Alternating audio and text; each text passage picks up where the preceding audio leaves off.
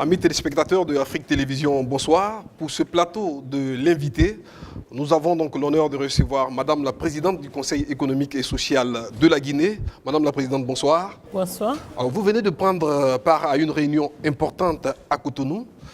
On a entendu tout à l'heure parler de réunions fructueuses. Alors, qu'est-ce qui a été décidé concrètement?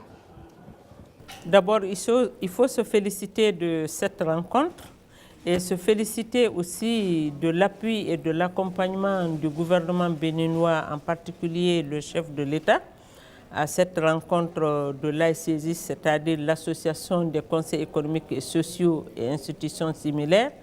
Et les thèmes qui ont été développés ici, c'était des thèmes très importants parce que c'est l'inégalité liée à la pauvreté. Vous comprenez tout cela. Comment est-ce qu'on peut lutter contre la pauvreté s'il y a des inégalités? Mais aussi le socle de protection sociale, parce que l'AICESIS est en partenariat avec le Bureau international du travail, qui est spécialiste dans la protection sociale et défendre aussi la justice sociale au niveau de l'OIT. Donc ces thèmes ont été discutés ici, mais aussi des décisions ont été prises, par exemple le report pour la rencontre prochaine, l'élection du secrétaire général de l'AICESIS. Donc voilà des grandes lignes sur lesquelles on s'est penché et le conseil d'administration et l'Assemblée générale a statué là-dessus. Mais nous avons aussi approfondi le partenariat entre l'OIT. Il y a eu aussi des nouveaux adhésions telles que l'UMOA a adhéré aujourd'hui à l'AICESIS. C'est dire que l'AICESIS et les conseils économiques et sociaux jouent un rôle important. Ils ont une mission importante à jouer dans leur pays parce que nous donnons des avis et recommandations à l'exécutif et au législatif.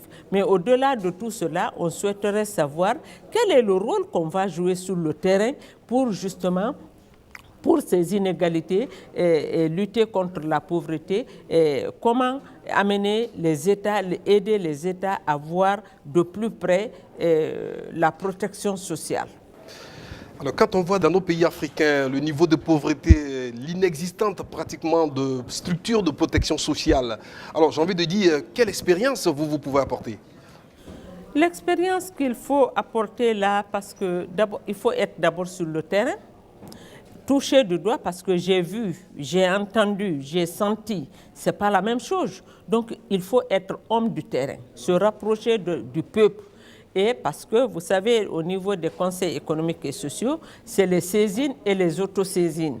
Donc, quand vous approchez le peuple pour donner des avis et des recommandations, vous savez de quoi est-ce que le peuple souffre exactement. Vous savez, aujourd'hui, le peuple a besoin d'accéder à l'éducation, à la santé, se nourrir, se vêtir. C'est de ça que le peuple a besoin, pas toujours parler des politiques. Et puis qu'il y ait une démocratie réelle, lutter contre la corruption, lutter contre le terrorisme. Tout cela engendre qu'il faut dialoguer, il faut promouvoir le dialogue à la place des violences. Donc, voici des thèmes sur lesquels nous devons évoluer et nous échangeons nos expériences sur les pays qui ont réussi, sur les pays qui n'ont pas réussi. Qu'est-ce qui a marché, qu'est-ce qui n'a pas marché, pour nous permettre d'apporter les corrections dans l'intérêt supérieur de la nation. Donc, mettre l'intérêt supérieur de nos nations à la place des intérêts personnels.